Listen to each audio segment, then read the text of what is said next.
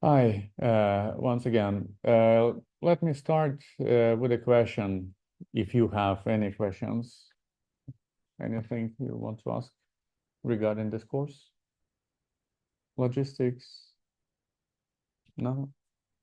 Did you start looking at lab one? Not yet. That's okay.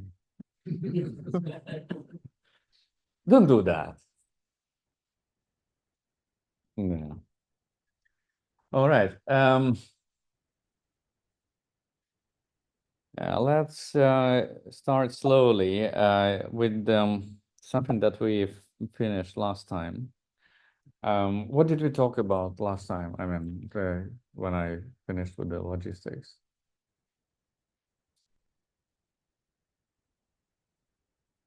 AI. I mean, it's the definitions of intelligence and reflection of AI to down to earth problems, so to say. So we, at the very end of last class, we have been talking about information technology and the heterogeneity of information technology and um, heterogeneity of definitions of users and such, and the need. So the very last thing we talked about is the need for interoperability. So we have modern IT technology is really heterogeneous. It exists in different forms and functions, and as such, the whole technology becomes ubiquitous. So it's another kind of a little bit outdated, but still valid term, ubiquitous computing. So we have plenty of computing services or some micro functionalities that together deliver something complex and useful to the final user. And as such, so this ubiquitous computing, it really requires support for integration, interoperability, collaboration between different parts, and mutual service provisioning. So, and all this I show you to make you think about what is actually needed. Yes. What is SW? What is that? Software. Software. Okay. Yeah, sorry. I think it's a really good comment because I need to.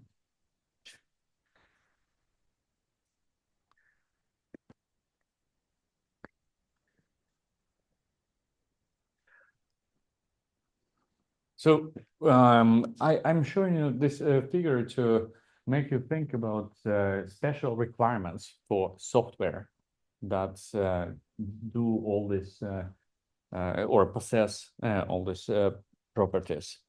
And special software not only in the way how it communicates with each other, but also how it is how it is programmed, actually developed. So a little bit again of use cases where such intelligent software is required, like business process management. So different financial services, so assessment of your credit scores, so requiring complex reasoning on your personal information, logistics like telecommuting and such. So this is one of the typical use cases. Things like Zoom or more complex groupware systems, they require lots of logic to put and intelligence behind it to for example, synchronize the schedules, do suggestions, and such. A very important use case nowadays is manufacturing or smart industries.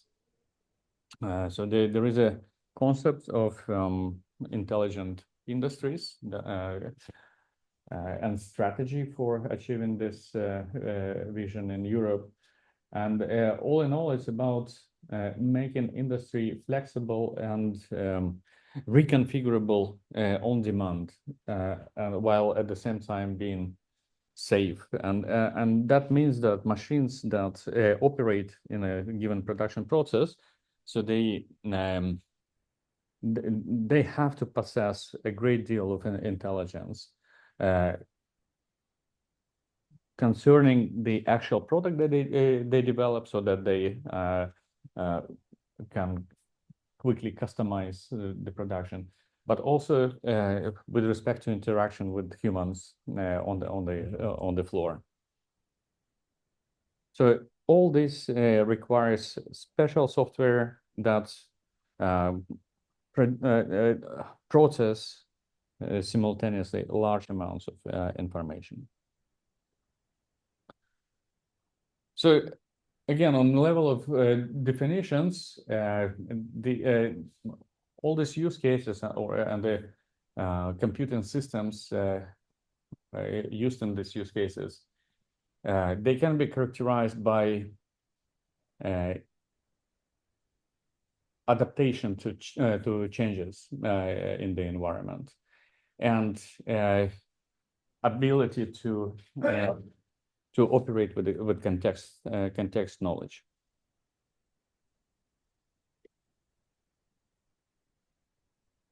And so there is this concept of an open system. So compare it to kind of traditional, standalone computer. So a system that is capable of achieving these properties. So dynamically changing, being able to handle situations which are not known in advance, and change over time, and support obviously heterogeneous computation. So think about developing such a system from the programming point of view. So what does it mean that we write a program for a given use case, one of the use cases that I mentioned before? So what are the challenges here? Can a computer program, and in what respect then, if it can, be considered as, say, an intelligent system?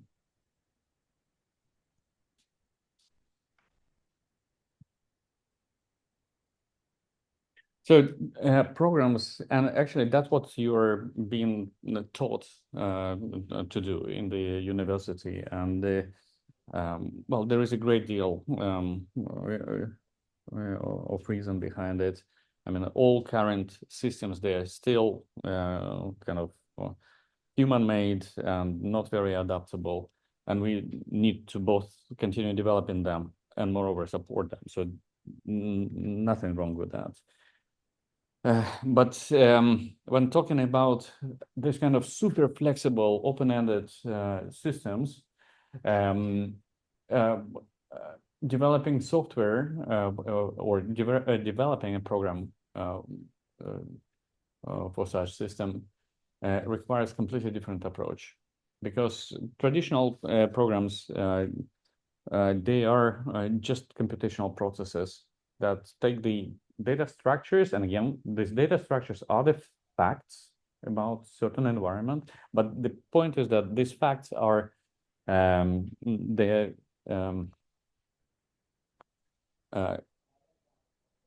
encoded by the programmer.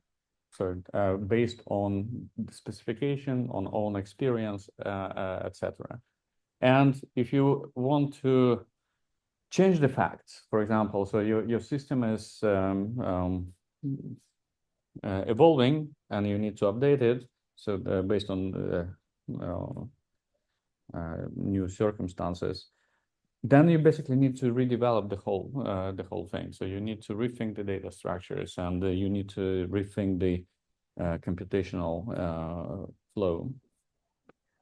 So what is needed for this type of open system software is that the software, the program, should be able to derive facts. So basically create data structures and fill them with particular values dynamically.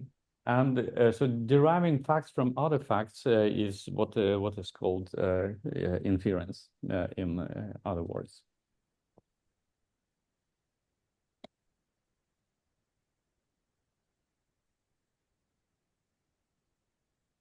So what we will learn in the first module is actually how to formally approach this main goal or addressing this main goal of autonomous system, which is how to create software that figures out how to achieve goals. So you set a goal, and then achieving it should be done by analyzing the current facts, deriving the new facts, and checking whether, I mean, and having means to assess the level of achievement of a goal. So talking about learning, what about it? So what kind of learning we are talking about here? What are the options? So we can, for example, think about collecting all possible facts about a given phenomenon and keep it in memory, for example. Yes. Yeah, by the way, so yes, I mean, deep learning, how this would relate to this question. Yes. Abstract information properly. Abstract information properly. Yes, absolutely. But so you mentioned deep learning. So how suitable? I mean, what is the role of deep learning in this context? So in the context of this heterogeneous computing systems that needs to kind of interoperate. So how? Derive facts based on this known facts. Maybe here you refer. I mean, by deep learning, you may be referring to these large language models or so, which are kind of more capable. Because I mean, the deep learning by itself, I mean, to me is. I mean, we will be talking about this structure of such software. So it's the first layer of the architecture that actually makes sense of raw data and mapping them to symbols somehow. So a kind of feature extractor, if you wish. But I mean, more sophisticated architectures like transformers and that work in the predictive manner. So they in the predictive mode, so they can possess this properties. But again, that's what you will. I hope you will discover while reading for the last assignment. I mean, this paper. So whether deep learning really possesses these properties of deriving new facts based on old facts. So that's, I don't know, it's not fully shown that they are capable of doing that. And if if they are eventually exposing these capabilities, it's not clear how they do that. So, and in this case, it's, I mean, I think it was a very good kind of starting point for discussion. So it's unclear how to approach programming. I mean, kind of taming this deep learning model so that it does something useful. So now, I don't know if you agree with me or not. So it is done in a rather inefficient manner, like via prompt engineering. So if you want to extract something interesting from this model, so you need to kind of tweak your prompts to get something useful out of it. But yeah, so it's a very interesting topic. So I think it would worth an entire course on kind of capabilities of deep learning with respect to reasoning, actually. So here I'm trying, and now I'm kind of converging to more formal formulation of the problem. So where on the one hand you have facts, on the other hand you have goals, and how to kind of using these facts and discovering new facts, a system would achieve it in a systematic way. So, but again, so if we start from like far away and approaching this problem, so two aspects are important. So first, you cannot possess a full information. So I mean, memorization, so it works, and I mean, we like intelligent biological intelligent agents, we use this form very often, especially when learning. I mean, and want to forget it next day. So it's a valid form of it's a valid form of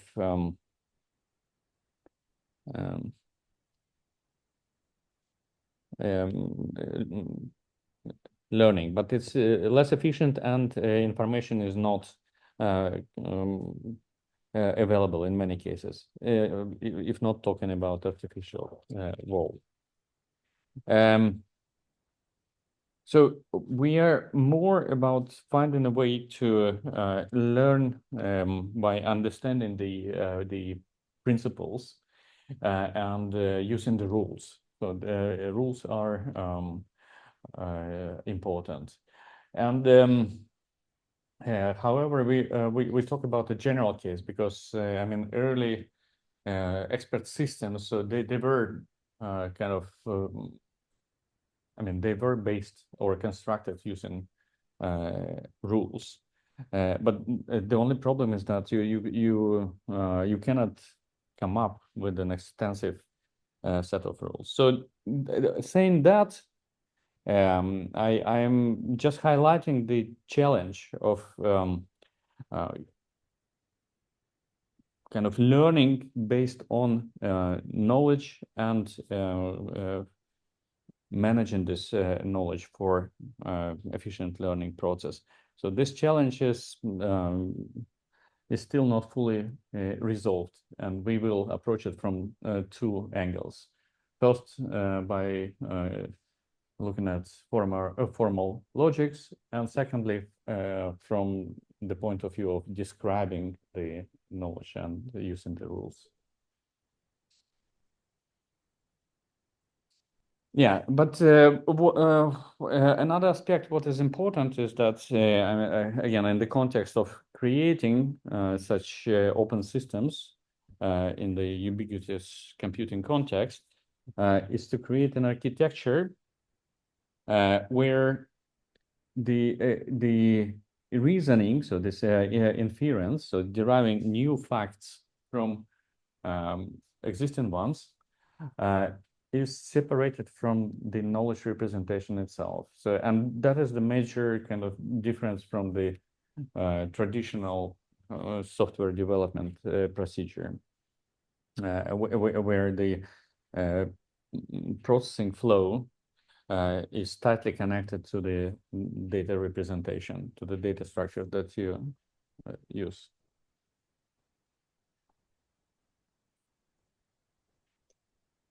So let me go back to this slide a little bit later. There is an approach, which, I mean, a known approach, not a new one. So it exists since, well, at least some 10 years or even more. Is an approach of agent-oriented programming or software engineering. So again, I just want to spend maybe a couple of minutes on a side note. So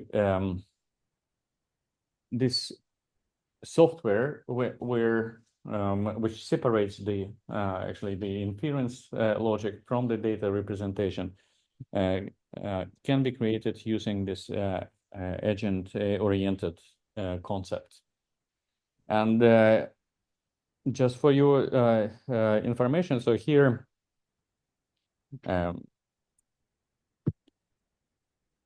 by agent, we understand an autonomous piece of software. So let me put this slide on. An autonomous piece of software that is able to communicate with other similarly constructed programs. And for that, so they normally use a kind of middleware architecture. So that's when you develop such systems, so you focus only on functionality. So and this functionality, it resembles pretty much this diagram that I showed you last time. So that's so each agent software, in each agent software, you can identify some perceptual module that actually takes input from the environment, the logic that it does something, and the knowledge representation as a separate unit, and the actuating and communicating channel. In this case, or using this aspect, you can create very sophisticated distributed software of intercommunicating agents. And this type of system is called multi-agent systems. They are, this is mainly for your information, those of you who just want to maybe try it on a side. So I use it even in labs in my other AI course. So there's a Java-based system which is called Jade framework. So if you think about kind of experimenting with kind of intelligent agent-based systems or software, so then you can practically like implement it. So you can try one of these frameworks.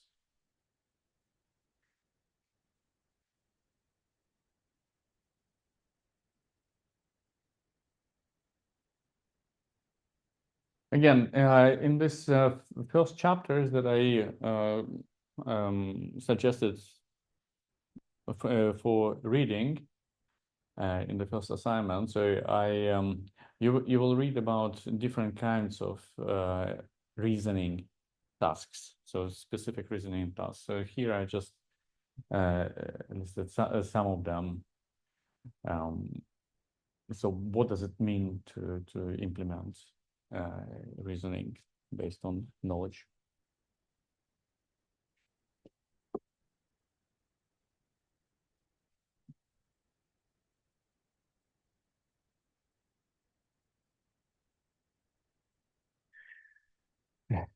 But again, since the practical implementation of a distributed intelligence system is outside the scope for this class, what you will do, so you will kind of simulate agent in the lab one.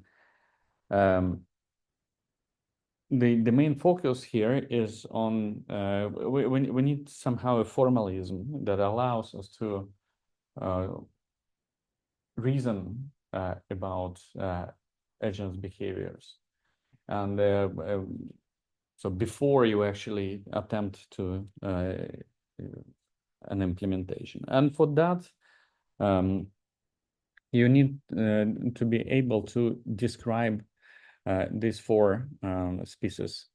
So you need to be you need a formal way to represent performance of an agent so that it can evaluate how good is it doing, and so you need to somehow describe the environment, actuators and sensors, and basically the interoperation of these factors within a given context for solving a specific task.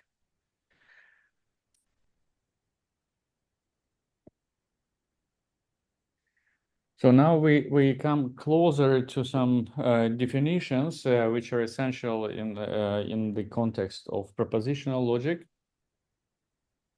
So we start with the definition of percepts. So basically, you can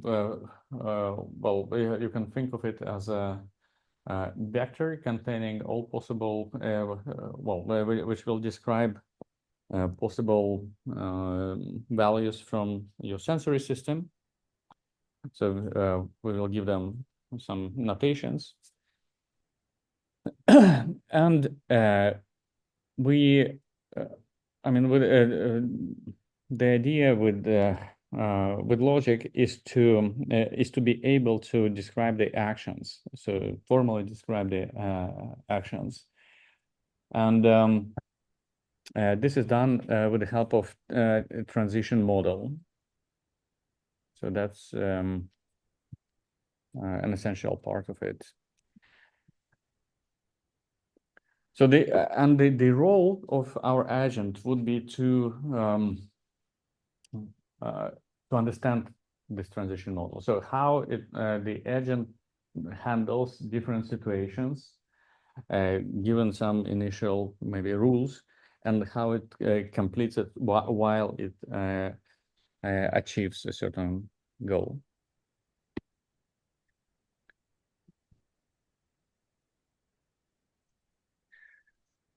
And this completion of the transition table will be done using logical reasoning. So that's what we are after. So we should be able to kind of denote. So we will introduce the notations for the state of the agent.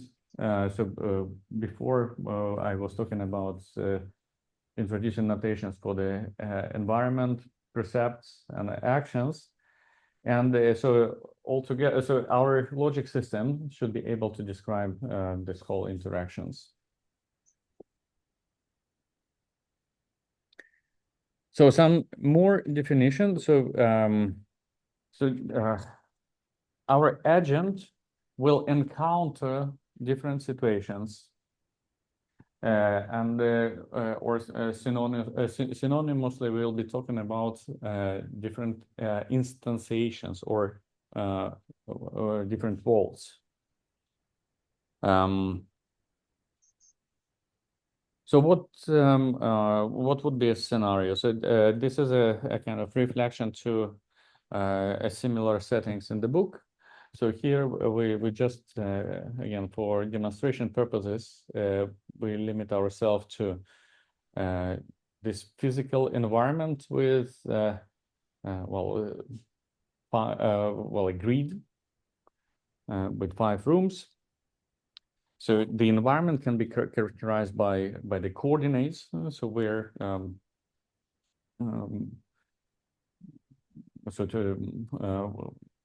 where our agent navigates, and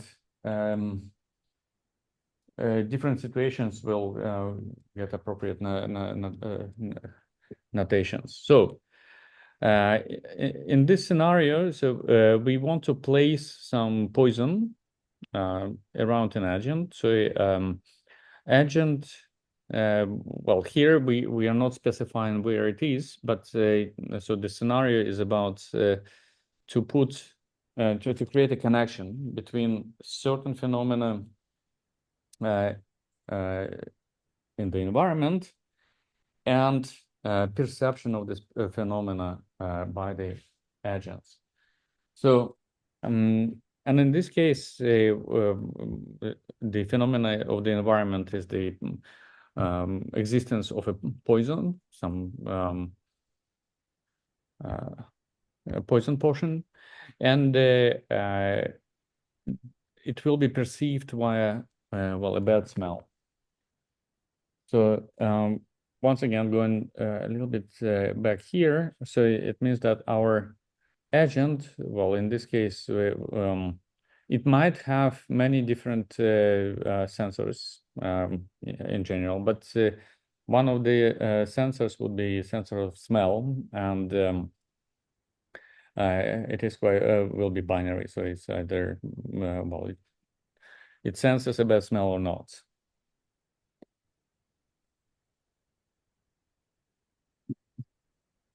So now, obviously, so again, so we are trying to model all possible scenarios. So we don't know. So at any particular time, so an agent may encounter different combinations of smells or around him, but the important thing is that the exact position or the environment, it doesn't have any assumption on the environment whatsoever. And in this case, so our formalism should allow to kind of reason about all possible instantiations. And these instantiations we will be calling worlds. So an example of a world or a situation is that this statement. So there is poison in a room with some coordinates ij, say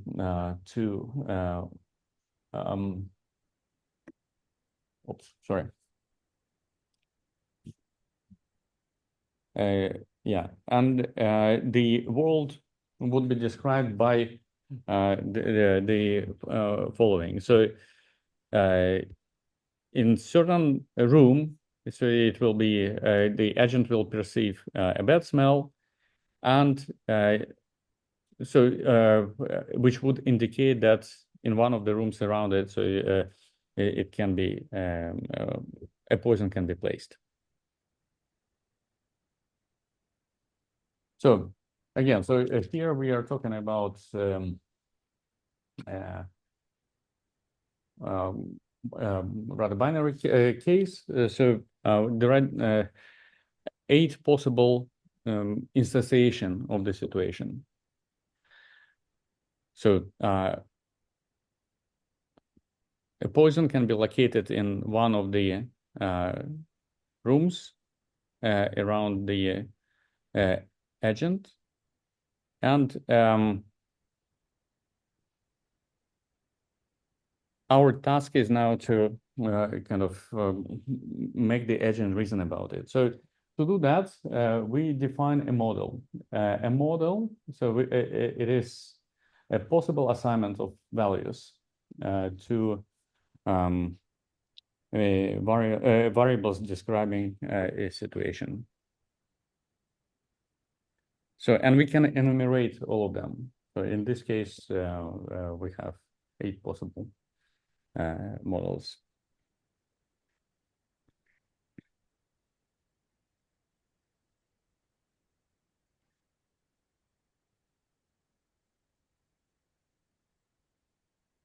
Then we can talk about different unions of models describing particular statement. So what would be the models describing a statement that there is no poison in, let me just remove it, in room with coordinates 1, 2. So that would be models 1, 2, 3, and 4, right?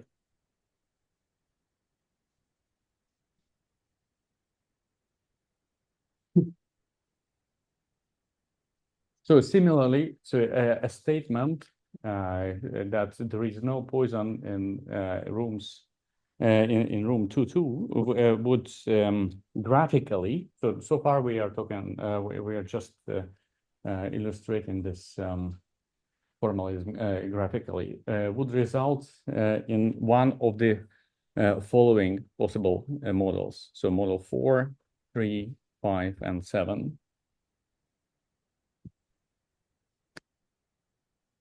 So far, it's quite simple. So now,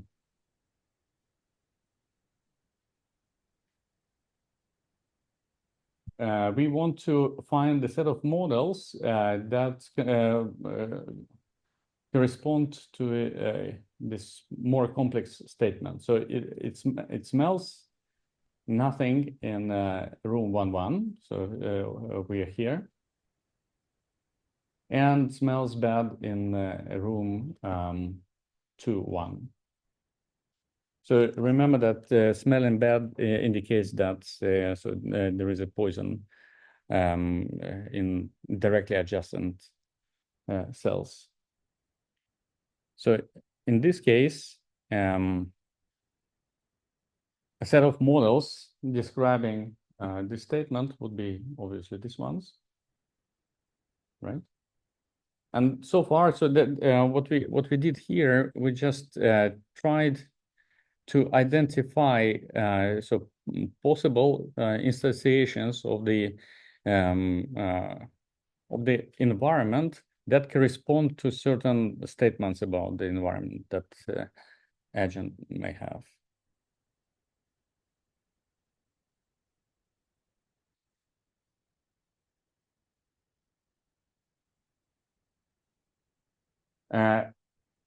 And these graphical representations we now formalize with a specific syntax that allows us to reason about situations in the form of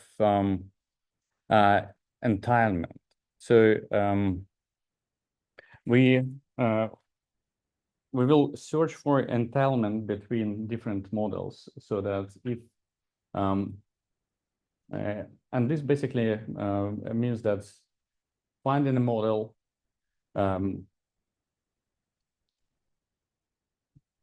this basically means defining the logical conclusions. So which models lead to which outcomes. And for that, we need to decide on the syntax and logical operations. That is the part of propositional logic.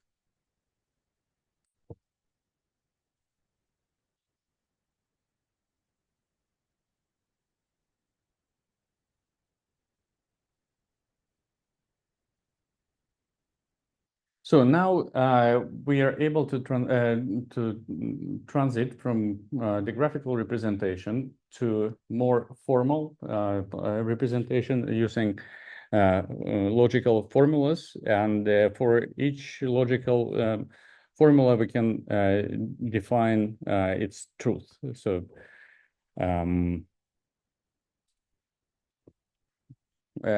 these are the facts that are known to the agent.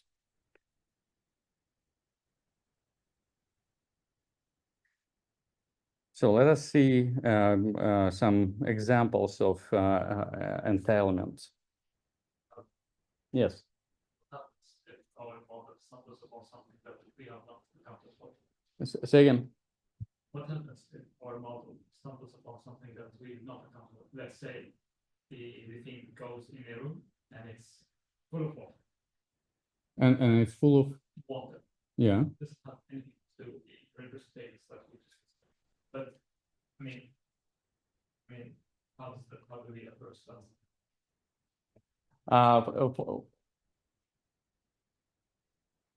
Well, for that, you need to do a revision of facts. So it means that you will have a different percept. And it means that you will have some starting point for starting rules that, I mean, there is water or there is something new in the system. No, here we are not talking about, depending on what you mean by generalization here. I mean, as we are discussing now, right? The model is only restricted to poison, bad smell, or nothing, right? So far, yes. So in this simple example. But can we have a model that generalizes to that, right? And one that is not so restricted. I'm just thinking about so if you well, if you consider and we are operating in the open environment, so if you encounter a new situation, so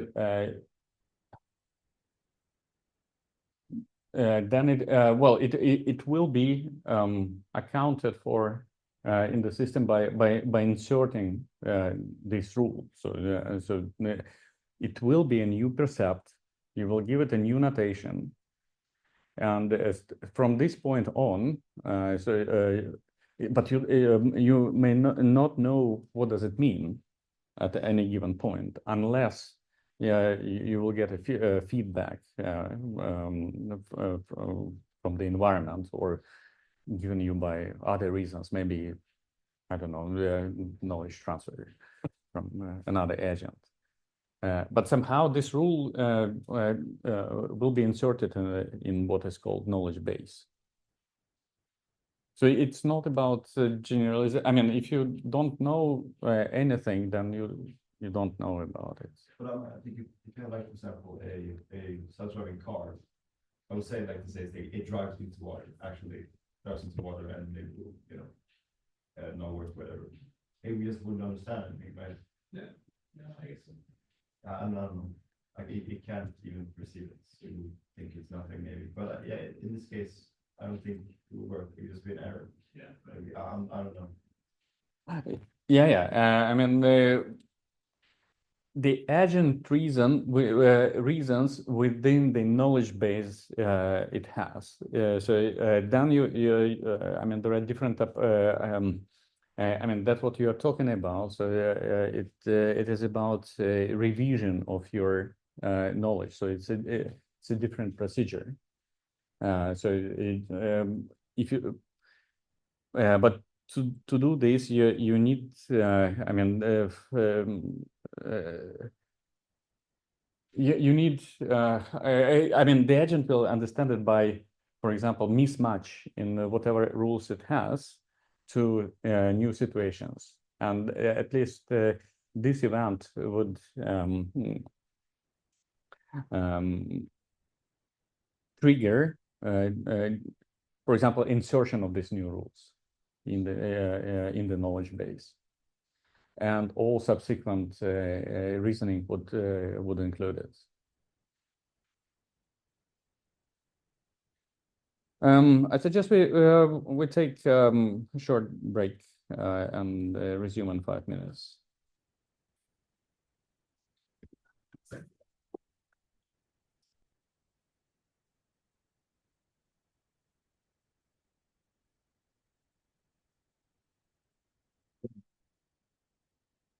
Well, in this case, in the context of propositional, so we do talk about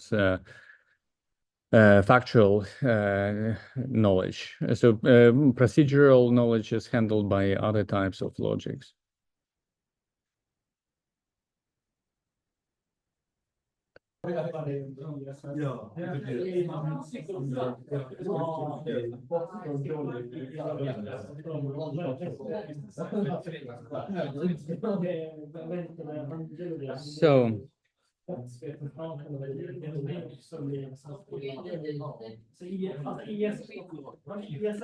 So let me reshuffle a little bit the slides.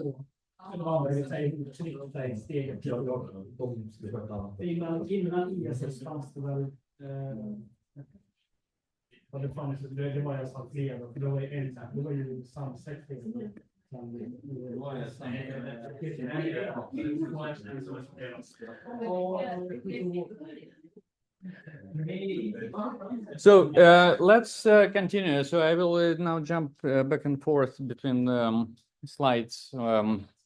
We still continue with the simple example. So there was a question in the chat about what about procedural knowledge. So I mean, to begin with, we do talk about propositional logic, which is based on facts. So static facts available to the agent, and it needs to model its situation with respect to the known facts and derive new facts. So these facts will be described as logical sentences. Using this knowledge representation language with which is based on symbols denoting facts about the environments and values of percepts. In this very case, I mean, we talk about logical values, so being present or not being present. So all more complicated situations, they are handled by other logic. So we will talk in one class from now. We will be talking about fuzzy logic, so which encounters for some uncertainties. But for now, we should be able to describe situations using logical statements on symbols that, as I mentioned before, denote facts and values of percepts. And we will put these sentences, these constructed sentences, in what we call a knowledge base. So what is an example of a knowledge base? So now let me see. Let me just skip some slides so directly show the an example. So that would be a set of statements that describe initial knowledge of the agent. So, for example, agent is located in room 11. Obviously, there is no poison, so that's a fact that can be reflected. So, and all experiences, so that's the whole idea. They are kind of documented and put in this, in a storage called knowledge base. Then there are some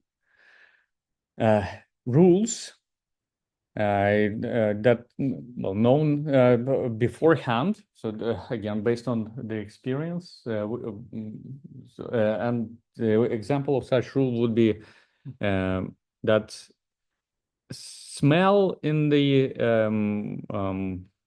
a particular cell, so in the cell where you are located, I mean the agent is located, exists only if the if poison is located in either of the neighboring cells. So that is the meaning of sentence number 2.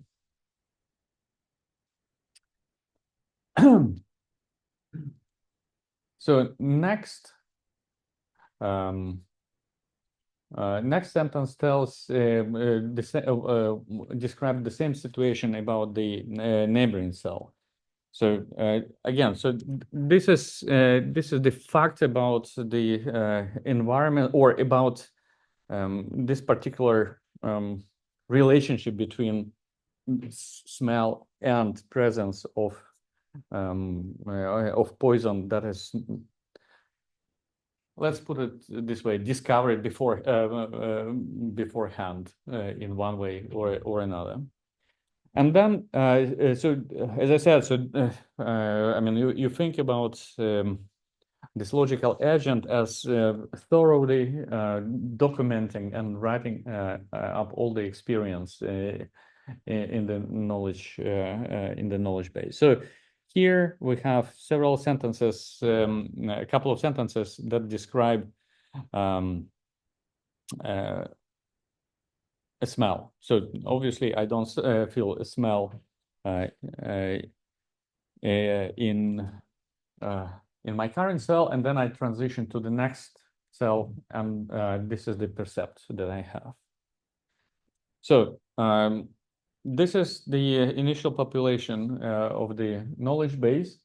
And now I want to go back to the definition about what does it mean to perform logical reasoning.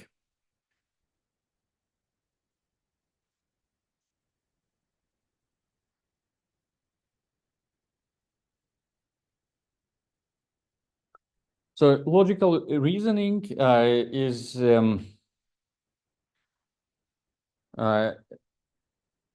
verifying the entailment between, well, in general, between sentences. But put in the context of our example, on the one hand, we have a knowledge base. So we have the rules that are known, the sentences that are known, not rules, sentences that we described.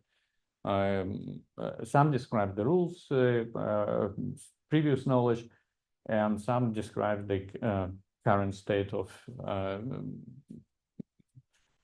perception system. And this set of sentences should, so we need to check the entailment. So we want to check whether we want to verify that, for example, that there is no poison in a particular cell. So with the help of the information that is available in the knowledge base, and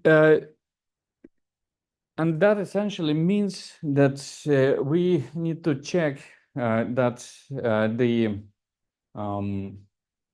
our statement that we want to verify is true in the context of the knowledge that we have in all the models that are in all the walls described by the model.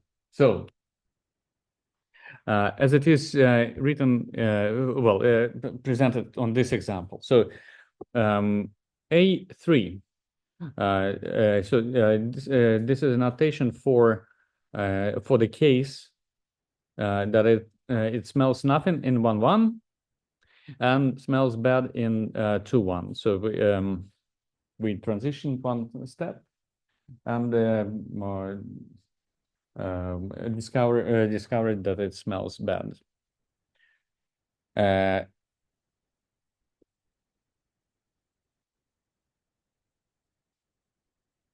Again, so this is a made-up example. So now we want to see whether this sentence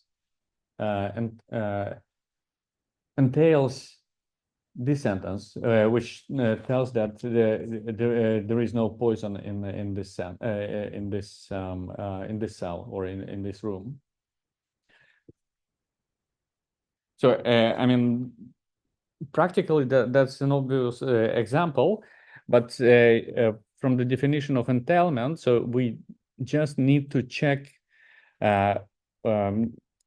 this simple that the entailment is valid. So that's that every model in which one sentence is true, B is also true. In this case, we can talk about entailment. And in the context of knowledge base, I mean, there are different ways for checking the entailment. What we will be looking at in more detail is the theorem proving like verification. The kind of most straightforward one, so which works in rather small scale cases, is to verify using the truth table. So you basically construct the truth table for your knowledge base. You verify that a given statement is supported by your knowledge base. So here is the specific example. So if we go back to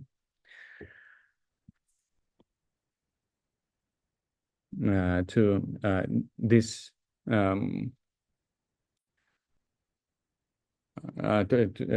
to this example. So we first construct the truth table for our knowledge base, and so it will look like this. Oh, sorry. Let me just zoom in. So basically, these are all our available so far symbols, and the true statements for the rules as we decide. So, and we enumerate all possible worlds, and then so checking. So the logical reasoning, so the verification is about checking whether for all statements. So that your sentence is true for the corresponding statements in the knowledge base.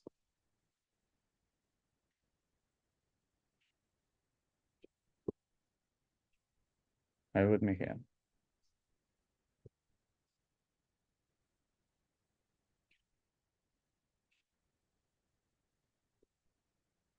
All right.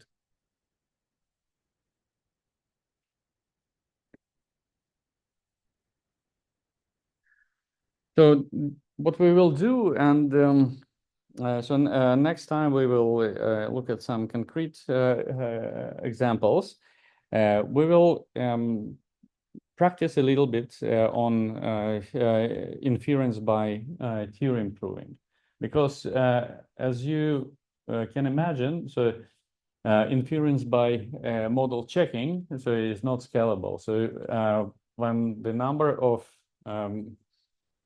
your symbols grows, so the size of the table and grows accordingly. So for inference by theorem proving, so we will rely on this simple or on this set of logical equivalences,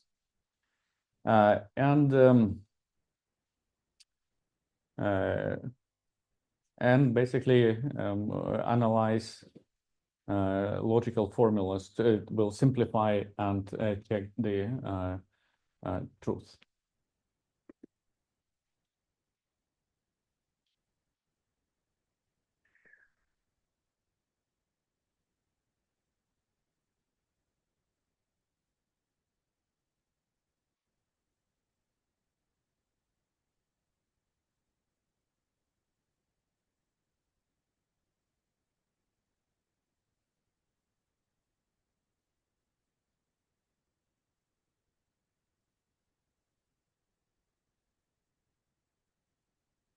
So the approach that we will take is to convert first the logical sentence in special form, which is CNF, conjunctive normal form. And that would be our way to check the satisfiability of as before. And we now start to populate our base as system develops further. So we finished by these rules over here. So now we are about to derive a new fact about the system, where we will prove that there is no poison in 1, 2. So that's what we exemplified with truth table based proof. So now, based on these formulas, we will derive this information.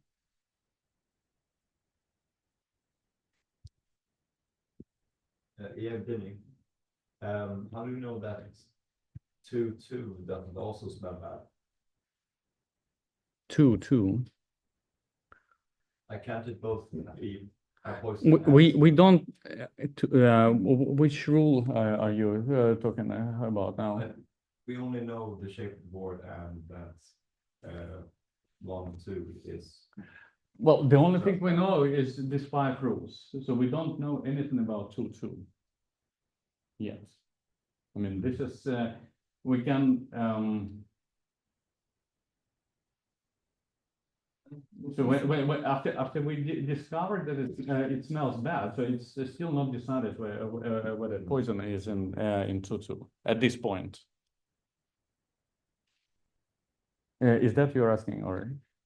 Like, I think we're gonna prove that there can't be poison in 1, 2, right? Yes. But how do we know that there isn't a poison in? I mean that there isn't a bad smell in 2, 2, so that there still could be poison in 1, 2. We don't know that. No. We now. Well, let's see how we approach solving this.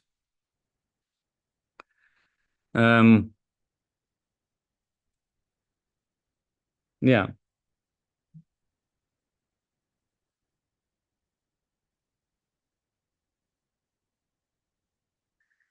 So we start populating, so expanding our knowledge base with the following rules. So we first take R2, which was this one. So it smells bad in 1, 1 if and only if there is a smell in the corresponding. Yeah, now I think I understand what you're asking.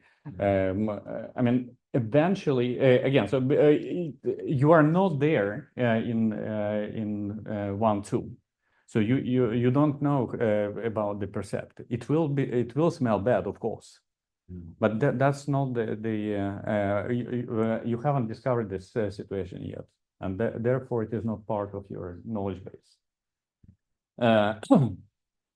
So at this point, you just want to given this set of rules, you want to derive a new rule, and you do it in a number of steps. So step number 1, so you take rule number 2 and expand it. So expand it according to this rule. So biconditional elimination. So biconditional elimination, so you simply substitute it.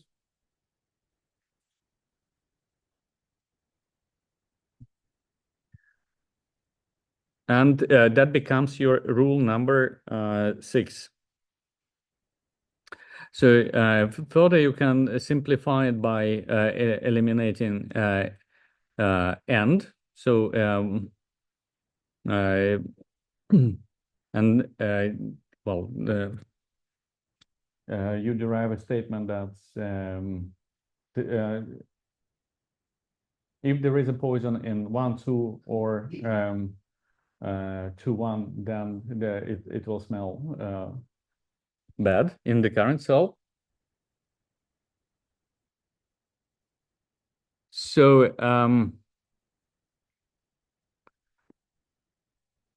again, so with some manipulation, what is important is so on each step you simply apply these logical rules and simplify the sentence until you either reach a contradiction to your initial hypothesis or confirm. So as is the case here. So let us kind of absorb these steps and see whether there are any unclear steps.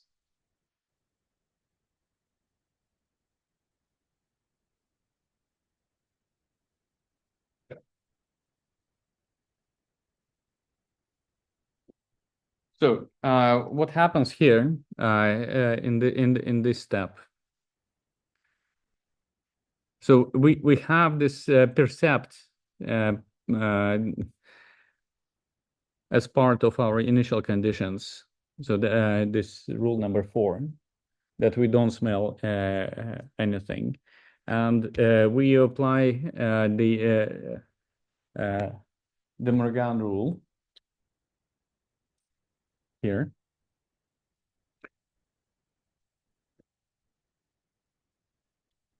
To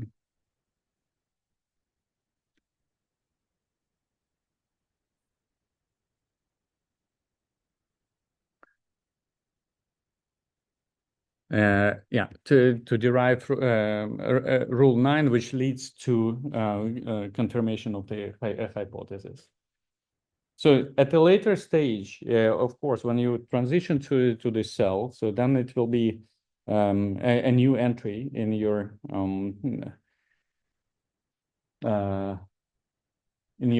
knowledge base. Again, if it happens that there will be any poison here, maybe it is not. So far we are just considering all possible instantiation of the world in which so our initial information makes sense, and initial information is that we don't smell anything here but smell something here, and we derive the simple fact that there is no poison here. And that means that, so the next step would be, for example, a possibility to move to this cell as it is obviously safe.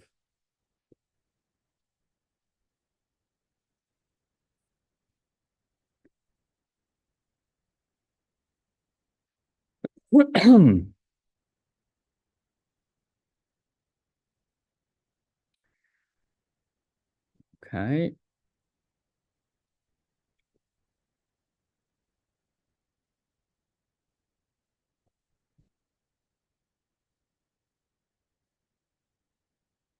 I'm just a little bit hesitating. Maybe I think we should stop at this moment, and we take the resolution rule next time with a concrete example. So let's finish for today.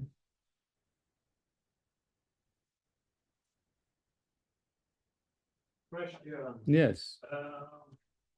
Is there some kind of algorithm that can do all these steps, driving steps for you? Absolutely. So yes. Was that used for a set solvers? Yes. Yes. There are algorithms that do that. Oh, okay.